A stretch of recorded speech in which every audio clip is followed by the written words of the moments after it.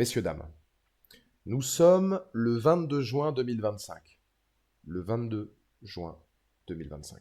J'ai quelques jours, voire peut-être même une ou deux semaines de retard, mais est sorti après un très bon premier film, sorti au cinéma d'ailleurs, euh, du même réalisateur, hein, Gavin O'Connor, était sorti donc il y a quelques années de ça, le plutôt pas mal, voire même bon film, The Accountant, Mr. Wolf en français, dans le texte avec Ben Affleck, John Berntal, entre autres évidemment, J.K. Simmons. Alors moi évidemment c'était, comment dire, euh, un rendez-vous pour moi qui suis un très très grand fan de John Berntal. Alors ceux qui me regardent sur YouTube, bonjour YouTube évidemment pour la rediffusion, ceux qui me regardent sur Twitch et le Mehdi qui est là, qui est beau et qui hier était encore une fois beau comme un dieu.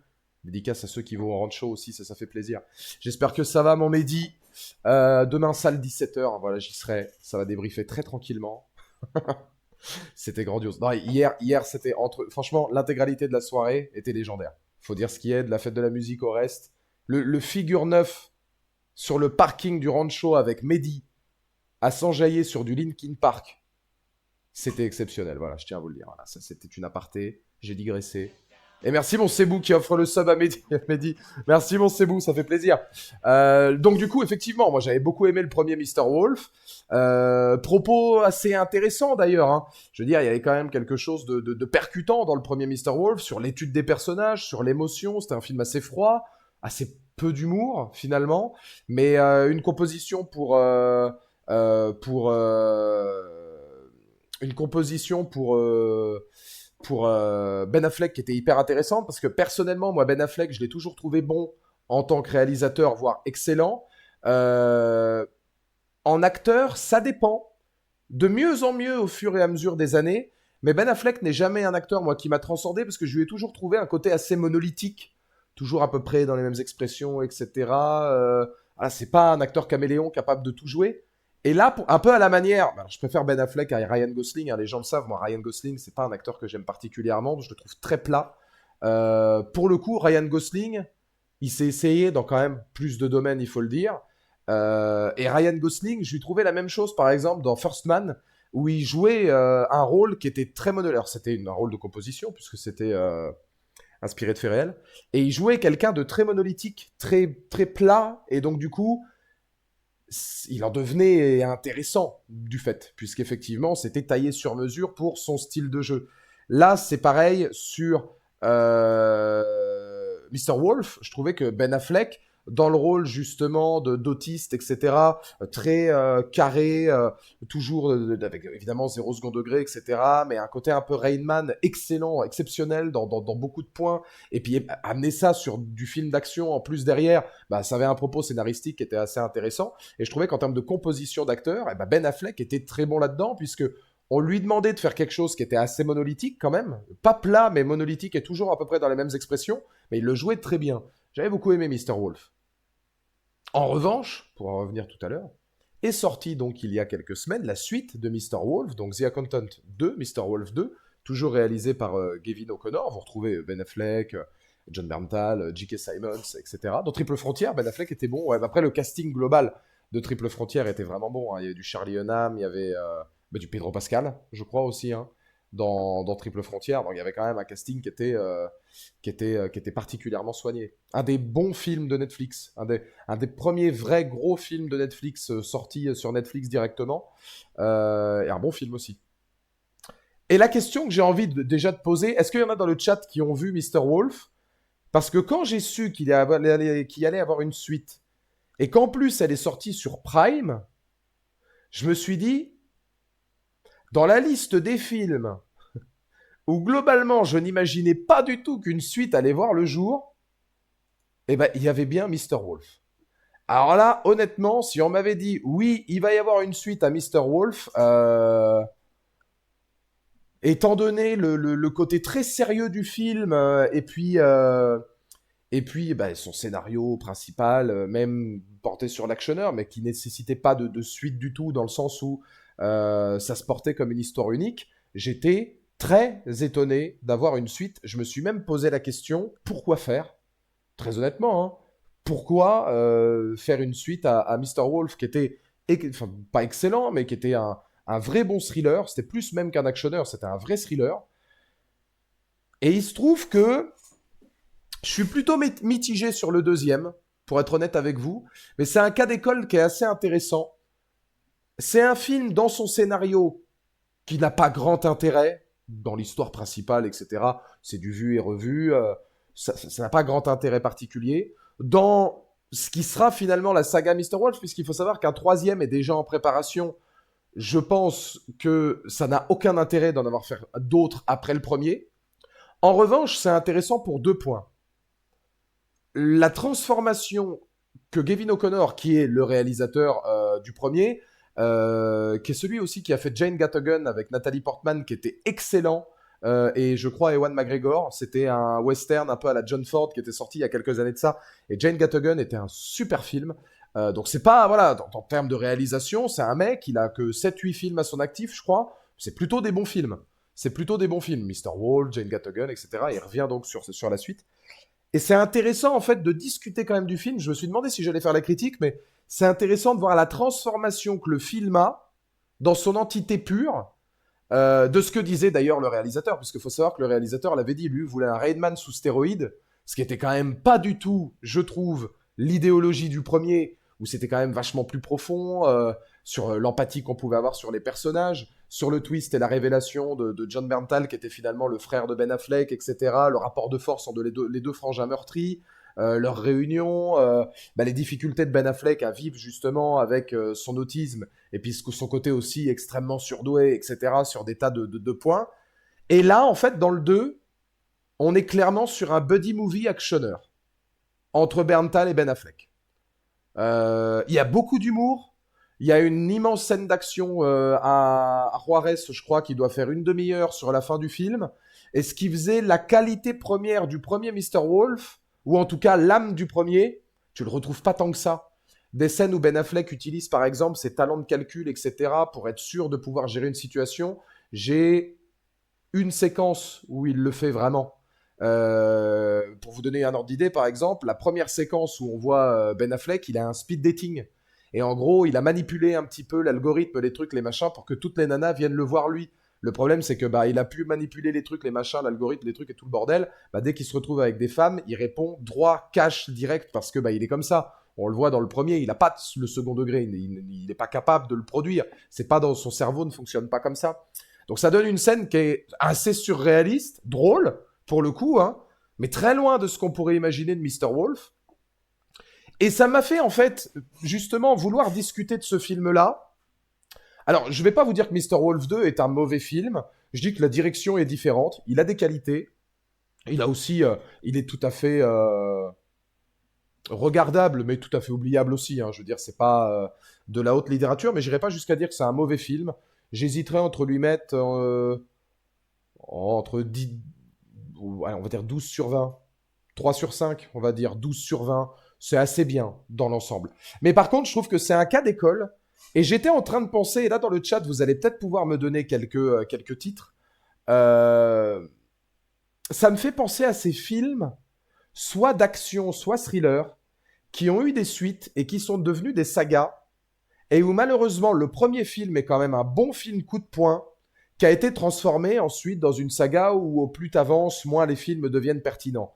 J'allais citer comme exemple Jared, même si c'est plus un film de guerre psychologique. Mais Jared, pour le coup, c'est différent parce que Jared, c'est vraiment le film où une suite n'a aucun intérêt et puis les acteurs ne reviennent pas, les trucs comme ça, c'est que pour du cash. Donc c'est encore autre chose. Moi, je pensais plus à des Equalizer ou des Tekken, par exemple.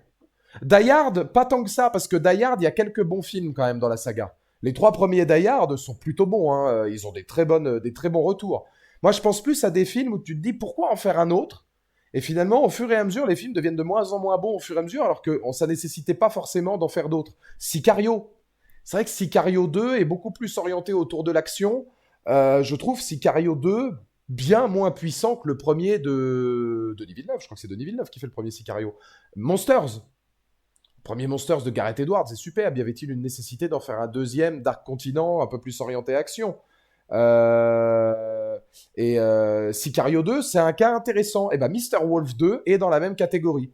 Sicario 2, Mr. Wolf 2, les Tekken, les Equalizer, des films comme ça, je me dis, autant ils peuvent avoir des qualités, c'est pas des... Sicario 2 n'est pas un mauvais film, mais autant quelle est forcément l'utilisation qu'on va faire et qu'est-ce que ça raconte sur le cinéma. Au-delà, évidemment, d'établir un business sur un film qui a fonctionné, même si en soi, il n'y avait pas de nécessité à faire une suite, etc. Moi, c'est artistiquement, ce que veut faire le réalisateur ou les scénaristes, ou si des gens ont travaillé sur les premiers et ont continué de chapeauter la saga, qu'est-ce qu'ils veulent en faire après. C'est ça qui m'intéresse sur Mr. Wolf en cas d'étude. C'est pour ça que j'ai décidé quand même de faire la critique, parce que je trouvais que c'était pertinent. C'est le même réalisateur, c'est la même équipe, mais le ton est complètement différent. Là, on a de l'humour, on a beaucoup plus d'action, notamment à la fin du film, et on est sur un buddy movie. C'est dès le moment... Alors, la scène où Berntal arrive, on met en avant son charisme avec une musique blues, etc. Où je me suis dit, tu vois, là, en termes de direction d'acteur, c'est intéressant parce que en voyant cette scène-là, je me suis dit, ok, est-ce que John Berntal, là, maintenant, il va être cantonné à devoir faire du John Berntal tout le temps? Parce que c'était la scène d'introduction de son personnage, c'est son rôle dans Baby Driver. Vraiment.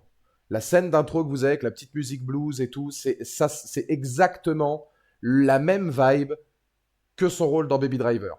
Ce qui est intéressant, c'est que ça nous prend complètement à contre-pied et que John Berntal, dans ce film-là, c'est vraiment la plus-value pour moi de Mr. Wolf 2 et c'est pourquoi je vous conseille de quand même regarder les deux. Le premier parce que c'est un vrai bon thriller, le deuxième parce que justement le buddy movie est intéressant. En termes de direction d'acteur et de duo, Ben Affleck et John Berntal ensemble, c'est un des duos les plus intéressants au cinéma que j'ai vu depuis très longtemps. En termes de connexion de comédiens et en termes de complicité immédiate entre les deux. John Berntal, c'est un faux speed qui vante sa solitude et le fait d'être heureux seul, mais qui finalement, l'une des premières scènes qu'il a, où on le voit, il est en calbute dans une chambre d'hôtel, et puis il récite ses gammes comme s'il allait rencontrer quelqu'un, ou ceci ou cela, ou qu'il devait parler à quelqu'un, qu'il était hyper stressé. Et en fait, il appelle une agence d'adoption pour animaux, parce qu'il veut absolument un chien, et il le veut 2 semaines avant la date limite. Et il a une plus-value empathique, humoristique et humaine qu'il a dans très peu de rôles auparavant. On est loin du Punisher, de Walking Dead, de pas mal de trucs où tu sais c'est la gueule cassée, qui a énormément souffert, etc. Même dans le premier, c'était déjà un peu ça. Là, pour le coup, il est vraiment dans l'humour, dans l'empathie, dans la volonté justement de dévergonder un peu son frère. Il y a une scène où justement ça se passe à Los Angeles dans un bar de cow-boy, un bar un peu western, country, etc. Et Ben Affleck va aller danser avec une nana pour essayer de prendre un peu l'air. Et là, tu vois une vraie complicité entre frangins. Et c'est ce que j'ai bien aimé, c'est la direction justement d'acteur où il y a une vraie complicité qui s'est installée immédiatement entre les acteurs et où tu ressens ce côté fraternel de manière immédiate. Et tu gardes Ben Affleck dans un rôle qui lui va bien, toujours très carré, machin, etc. Il essaye, hein, voilà, c'est son autisme qui fait ça, mais il essaye au fur et à mesure, eh ben, de rentrer dans l'écran, dans les clous, et puis de lâcher un peu plus de prise, etc. Même si c'est pas forcément évident pour lui. Et alors Berntal, il est extrêmement jovial finalement. Et en tant qu'acteur, je trouve ça intéressant de le voir jouer ça. Parce que c'est peut-être l'un des rôles qui est le plus proche, je pense, de sa personnalité pour avoir bien bossé le sujet dans la vie. Proche des gens, faut pas l'emmerder, mais à un moment donné, voilà, petite castagne dans une ruelle, et puis après on va boire des coups, et en même temps c'est un mec qui a une profonde empathie, c'est un, un faux dur, mais qui a quand même un cœur. Puis, alors, l'une des dernières scènes, bon, moi, ça me prend par les sentiments, mais l'une des dernières scènes, John Berntal arrête un bus où il y a des personnages à l'intérieur et Ben Affleck qui conduit et il va récupérer un petit chat. Et alors il sort du bus, il récupère un petit chat, il me dit ah, comment on va l'appeler, machin et tout. Et puis une scène plus tard, il est là et puis il est en train d'engueuler un gamin parce que le gamin, ça fait 2 heures que le chat est sur lui. Je vous jure que c'est une scène qu'il y a dans Mr. Wolf 2. Mais à partir du moment où tu as travaillé des personnages comme ça, bah moi je trouve ça kiffant parce que c'est aux antipodes de ce que fait Berntal en règle générale. C'est largement différent de ce qu'il propose dans la plupart de ses compositions dramatiques. Et là, tu le vois dans quelque chose qui est plus proche de l'espoir, plus proche du vrai buddy movie, dans le... Mais dans le road, en plus, il y a un petit format road trip au fur et à mesure, hein. Donc ouais, t'as vraiment ce côté, je trouve, buddy movie. Il manque une emote de Selene, Preach. T'as mis 3 emotes de Sadie. Attention, il manque une emote de Selene. Il manque une emote de Selene. Il manque une emote de Selene, mon Preach. Et là, après, ce sera parfait. Mais ouais, il manque le... Comment dire? il, il manque beaucoup de points qui rendaient le premier intéressant, thriller, machin, etc. Et vachement psychologique. Mais ils ont totalement remanié la formule. Et ça marche plutôt bien. Ça marche plutôt bien. Même si c'est étonnant, détonnant, ça marche plutôt bien. Après, faut être tout à fait honnête.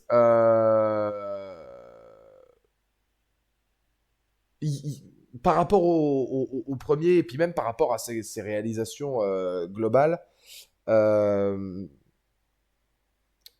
la réalisation n'est pas aussi percutante. Et ça, c'est une question que je me suis posée. Est-ce que... Mais ça amène encore à autre chose.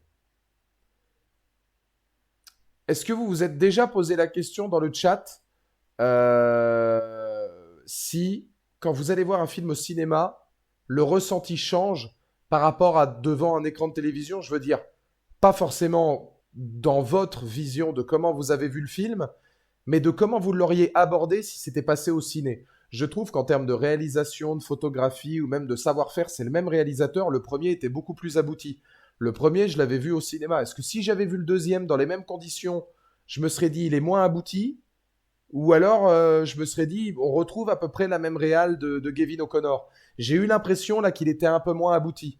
Et j'ai de plus en plus l'impression que les films qui sortent sur les plateformes aujourd'hui sont moins aboutis que les autres. Sauf si tu t'appelles Scorsese ou machin, voilà, ouais, de temps en temps t'as des grands films, hein, mais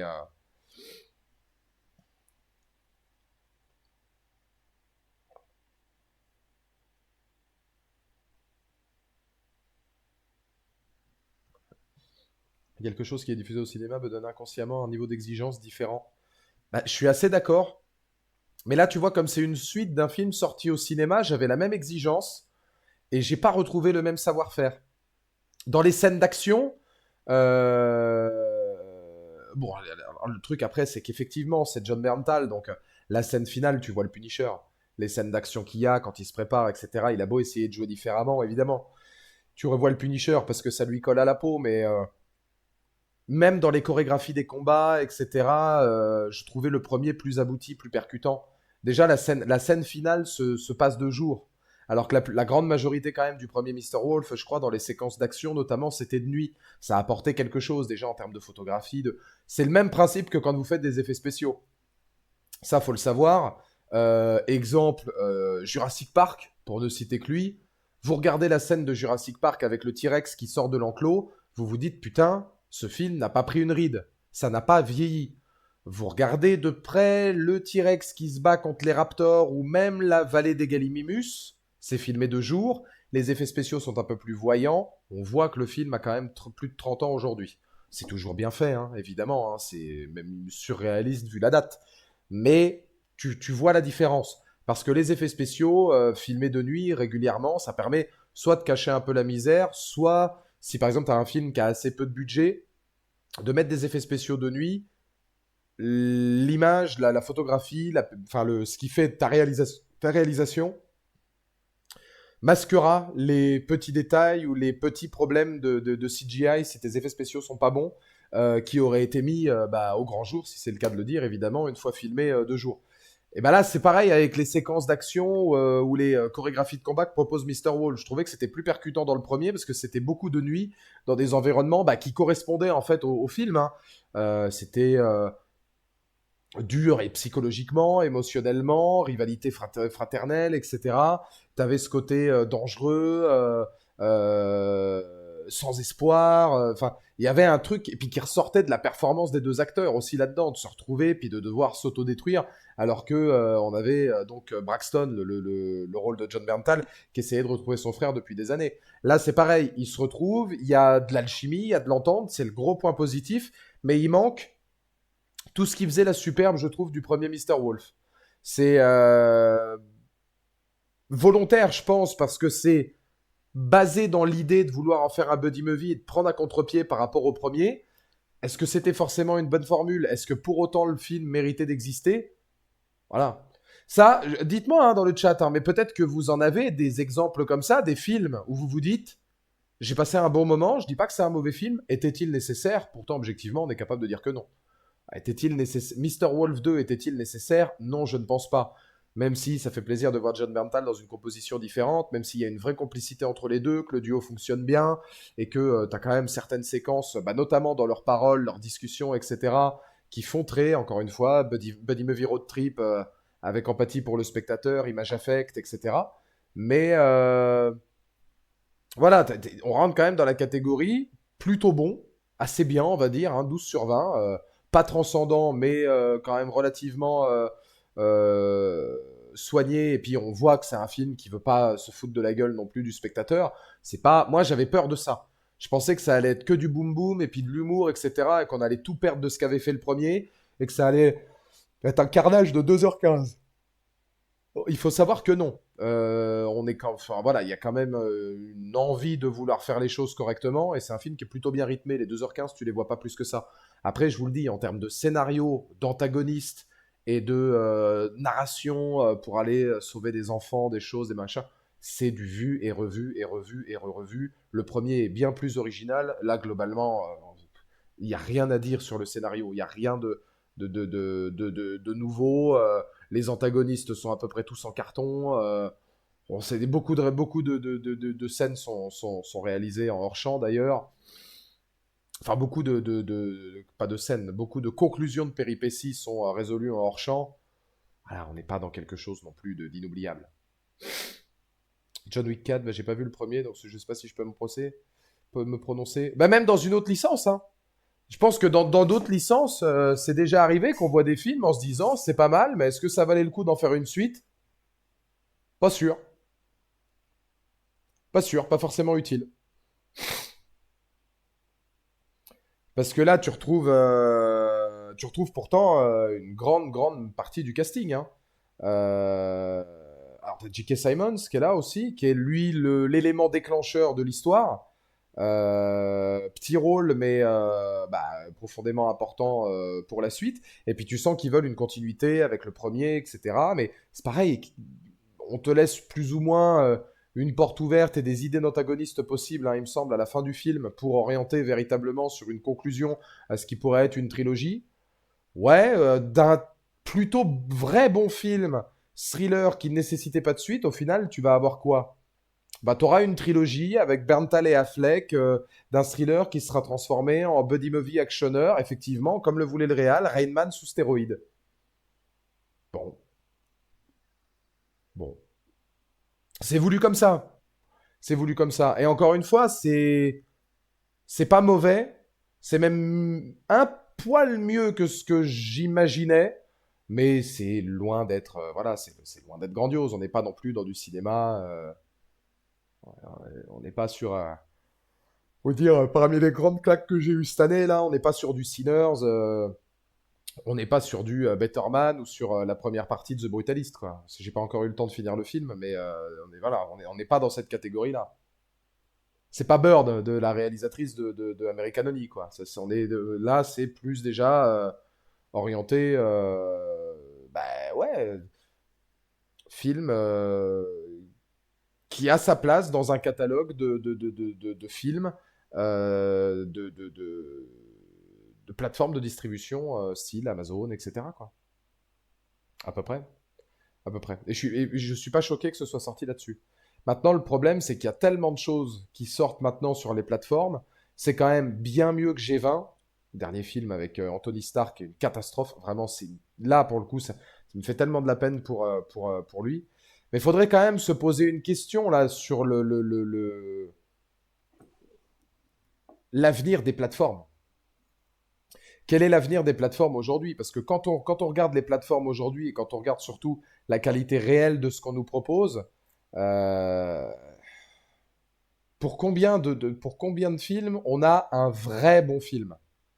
Pour combien de films aujourd'hui sur Netflix ou Amazon ou Disney, pour combien d'œuvres on a un vrai truc qui sort du lot? Parce que attention, Amazon, ils sont pas cons. Ils ont récupéré HBO et je me demande même s'ils n'ont pas un partenariat avec la Paramount. Donc tu peux voir des choses comme From, série télé, ça c'est super, mais ça vient de la Paramount. HBO, la plupart des séries HBO que tu peux regarder, ça envoie quand même sérieusement du lourd, mais ça reste un partenariat. J'ai regardé le pilote de la série Duster avec Josh Holloway, c'est génial, mais je crois que c'est en partenariat aussi, hein, il me semble, Duster. En partenariat sur Max, me semble-t-il, donc la plateforme d'HBO. Sur le reste, Disney, Netflix, voilà, je sais pas. Netflix, l'avantage, c'est que de temps en temps, ils peuvent avoir quelques grands réalisateurs. Voilà, ils peuvent avoir quelques grands réalisateurs et effectivement, ça peut donner des films à la The Irishman, qui est surréaliste d'avoir Scorsese sur un Netflix et puis ça donne quelque chose de génial. Mais attention, des fois, tu peux avoir des grands réals à la Fincher, je crois, David Fincher, qui avait récemment fait le film avec. Comment il s'appelait ce film-là déjà avec Michael Fassbender, qui était inregardable. Inregardable. D'un ennui mortel, sans aucune âme et volonté de mise en scène ou autre, hormis sur sa scène d'introduction, The Killer, qui était catastrophique. Tu te demandais où était passée la maestria d'un mec comme David Fincher sur un projet comme ça. Où là, c'est assez terrifiant. Là, au moins, tu vois, Gavin O'Connor, il avait son idée depuis le début, hein, parce que peu de temps après le premier, il avait déjà l'envie du deuxième. Ça se respecte. Si l'envie était d'aller partir sur ensuite un buddy movie un peu plus décalé, etc., avec un peu plus d'humour, et puis moins de philosophie, moins de complexité narrative, etc. Ah, ça fait que, oui, le premier Mr. Wolf, je lui donnais un bon 14. Bon, là, on perd 2 points. J'espère que le troisième ne tombera pas à 10, quoi. Mais c'est principalement sauvé par, justement, effectivement, la direction artistique qu'il y a autour des deux personnages qui fonctionnent très bien, ce tandem fraternel qui marche lui également, qui est nettement plus intéressant que les séquences d'action d'ailleurs qu'il peut y avoir. Et puis encore une fois, le talent des deux acteurs. Ça tient beaucoup au talent des deux acteurs. Pour le coup, je les trouve très bons, hein, que ce soit Affleck ou Berntal. Les plateformes devront à un moment ou à un autre arrêter de se reposer sur leur laurier et être créatifs. Car au bout d'un moment, le fad finira par lasser. Le risque, c'est que des projets pas fous cartonnent et repoussent la sonnette d'alarme. J'allais citer Minecraft, mais c'est pas sur les plateformes. Mais ouais, oui, oui, oui. Et puis, en fait, je pense que il y a tellement d'argent chez Disney, Netflix, Amazon, ceci, cela. Vous remarquerez qu'on n'a pas cité Apple, qui, même si Apple TV, c'est peut-être l'un des services les plus, entre guillemets, intimistes ou un de ceux qu'on parle le moins, je pense qu'Apple, c'est peut-être ceux qui ont les produits les plus quali, hein, au global. Au global, tu vas sur Apple, que ce soit. Voilà. Et en fait, après, Preach, c'est en même temps un sujet intéressant parce que, quoi qu'on en dise, regarde Netflix. En termes de documentaires, ils sont très très forts. Tu vois, Netflix, sur les docus, ils sont très bons. Et ils font de vraies bonnes choses. Et ça, c'est pareil sur d'autres plateformes. Nous, c'est vrai qu'on parle films, séries, etc. Mais il y a aussi ça. Et c'est ça qui est assez déconnant, tu vois. C'est que on a beau dire aujourd'hui les plateformes, machin, c'est un peu cancérigène, c'est quantité versus qualité. C'est le cas. Mais dans d'autres concepts un petit peu plus intimistes sur les docus, tout ce que fait Disney avec National Geographic. Mais le problème, c'est qu'il y a peu de gens. Moi, j'adore les documentaires animaliers, notamment, ou ce qu'ils font sur leur plateforme Wild, etc. Moi, ça, j'aime bien. Mais, mais, euh, mais c'est très peu de gens qui regardent ça.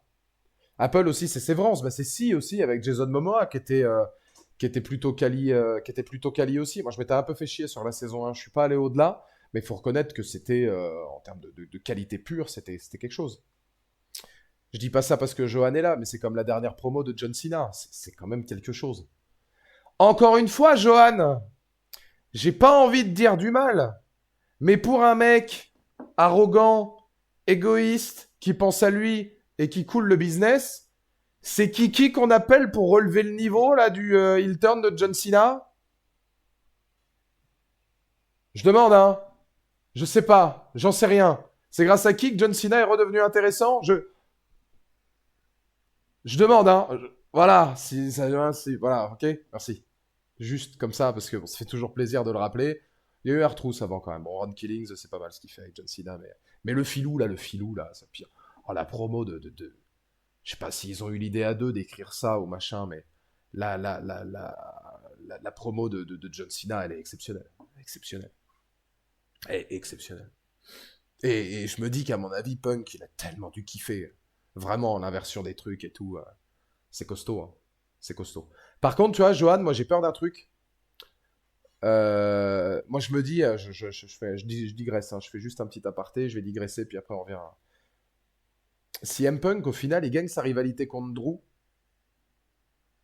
il gagne la première en main event de Netflix. Depuis son retour, perte du Rumble, perte du Rumble, perte à WrestleMania, perte de sa rivalité contre Seth Rollins. Là, il va probablement perdre contre Cena. Ok, il est protégé, il se fait pas pin, etc. Tout ça, il y a pas. Mais en termes d'accomplissement, il met tout le monde en avant. J'ai l'impression qu'il fait le Chris Jericho de la fin de la WWE. Il met tout le monde en avant. Il prévoit des matchs de zinzin. Toutes les promos qu'il fait, c'est hardcore. C'est parmi les meilleurs trucs qu'on peut avoir. Mais il n'y a pas la win au bout, tu vois. Et je me dis, c'est dommage. C'est dommage quand même, tu vois, qu'il n'y ait pas. Tu vois, qu'il n'y ait pas, je sais pas moi, un accomplissement. Bon, il y a le main event. Il y a le main event de WrestleMania quand même, mais c'est main event nuit 1, donc même ça au final, puis en plus il perd le match. Je sais que pour lui c'est énorme. Je pense que c'est Punk hein, qui est très bien dans cette situation-là pour monter les autres. Petit cash-in de Rollins dans tout ça pour relancer la rivalité et que Punk lui prenne le titre.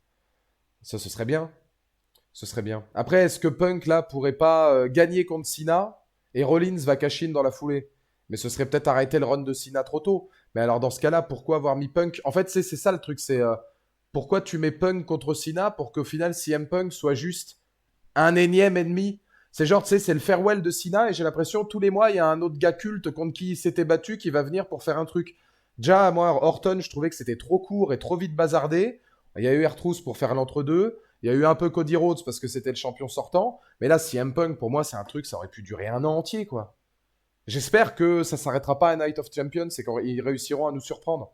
Parce qu'en vrai, c'est un truc qui mériterait tellement plus qu'un mois et puis s'en va pour passer à autre chose, quoi. Enfin bref, digression terminée. Mais je vous invite quand même à regarder Mr. Wolf 2. Je vous invite à surtout voir le premier, qui est vraiment un bon film, qui est une vision aussi, bah, c'est ça aussi qu'on a beaucoup moins dans le deuxième, mais qui est une vision aussi sur l'autisme assez émouvante. En fait, alors, le deuxième est touchant dans une configuration différente, qui va principalement être la relation entre les deux frangins. Mais euh, moi, c'était surtout très touchant c'était surtout très touchant dans la manière dont on va au-delà du thriller et puis du fait que justement lui soit doué aux armes et qu'il ait un métier assez particulier au-delà de son statut d'expert comptable, mais c'était très touchant dans la manière de voir l'autisme et de gérer justement ces différences, ces choses-là. La bande son était bonne aussi du premier Mr. Wolf. C'est vrai que le premier Mr. Wolf était quand même vachement plus travaillé et poussé que le deuxième. Mais le deuxième se regarde et reste un plutôt sympathique buddy movie, même si c'est étonnant qu'on en soit arrivé à ce statut-là, quoi. T'as été à la fête de la musique? Si oui, c'était bien. Ouais, c'était cool. Alors, moi je suis à Royan, hein, petite ville, mais on peut pas dire qu'il y avait pas d'ambiance, mais c'était pas mon ambiance. C'était pas, voilà, moi les trucs pour lesquels, voilà. Mais il y avait quand même pas mal de stands avec des gens qui chantaient, qui faisaient des animations, des trucs et tout. Beaucoup de monde dehors, principalement pour des jeunes et des parents à Royan. Pas mal de galères apparemment, il y a eu pas mal de fights. Je comprends pas comment tu peux te fight dès 20h30, genre à une fête de la musique. Si vous voyez ce qui s'est passé à Paris, à Bordeaux, des trucs et tout, tu fais, mais les gens, c'est des fous furieux. Enfin bref. Mais c'était. Oui, c'est toujours sympa. Il faisait plutôt bon. Il fait nuit à 23h. Donc, c'est... ça reste hyper agréable. Mais après, il faut aller sur autre chose pour finir la soirée, quoi.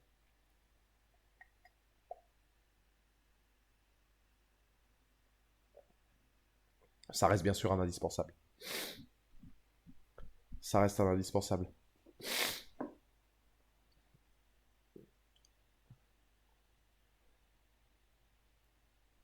Mais ouais. Après, John Berntal, je sais pas dans quel autre projet on va le voir là prochainement. Alors pour ceux qui ne le savent pas, John Berntal sera dans le prochain Spider-Man. Ils vont inclure le Punisher. Comment le Punisher va être inclus dans Spider-Man? Alors, il sera évidemment dans Daredevil saison 2, hein, il y a de grandes chances. Est-ce que ça veut dire que Daredevil saison 2 aura une coalition avec Spider-Man? Est-ce qu'on partira sur autre chose? Il faut savoir que Spider-Man et le Punisher, dans l'univers des comics, c'est deux personnes qui, je crois, s'entendent bien. Le Spider-Man fait partie des rares gens pour qui le Punisher a un profond respect. Ça peut être intéressant de voir comment ils vont gérer ça. Déjà parce que Berntal et Tom Holland, ils avaient envie de jouer ensemble depuis longtemps. Ils ont déjà joué ensemble hein, dans un film, les deux. Mais ils avaient envie de se retrouver en tant que Punisher et Spider-Man depuis un moment. Donc je pense que ça va être intéressant de voir comment ils vont réussir à développer ça. Ça va faire partie des prochains projets sur lesquels sera Berntal. J'espère le revoir encore une fois dans des trucs intimistes ou autres. Réponse peut-être lors de la sortie de Jurassic World Rebirth, puisque on aura la bande-annonce de Odyssey. Il faut savoir que John Berntal a été casté dans le prochain Nolan. Donc ça c'est très bien. On verra si c'est petit ou grand rôle, mais en tout cas ce sera évidemment de bonnes putains d'augure pour la putain de suite. Messieurs, dames, avec ces beaux mots, bah, je vais vous souhaiter une très bonne soirée. Rendez-vous demain. American Pie 2, on le regarde en direct. C'est pour demain, ça va envoyer du lourd. Et puis après, dans la semaine, il y aura encore du GTA Online. Il y aura la critique de F1 avec Brad Pitt. Et puis on verra ce qu'on fera dimanche. Mais là, ça commence à sentir l'été. Ça commence à sentir les vacances. On sera d'ailleurs dans l'avant-dernière semaine, puisqu'après, il n'y aura plus de stream jusqu'au live de 24 heures à un stream près en juillet qui sera un stream de 10 heures. Mais on fera l'avant-dernière semaine, hein, le 23 au 29, du 30 au 6, et puis après, mercredi 9, terminé, vacances. Et on se retrouvera en juillet, en août pour un live de 24 heures et un live de 10 heures. Je vous fais des bisous et je vous dis donc à la prochaine. Des bisous!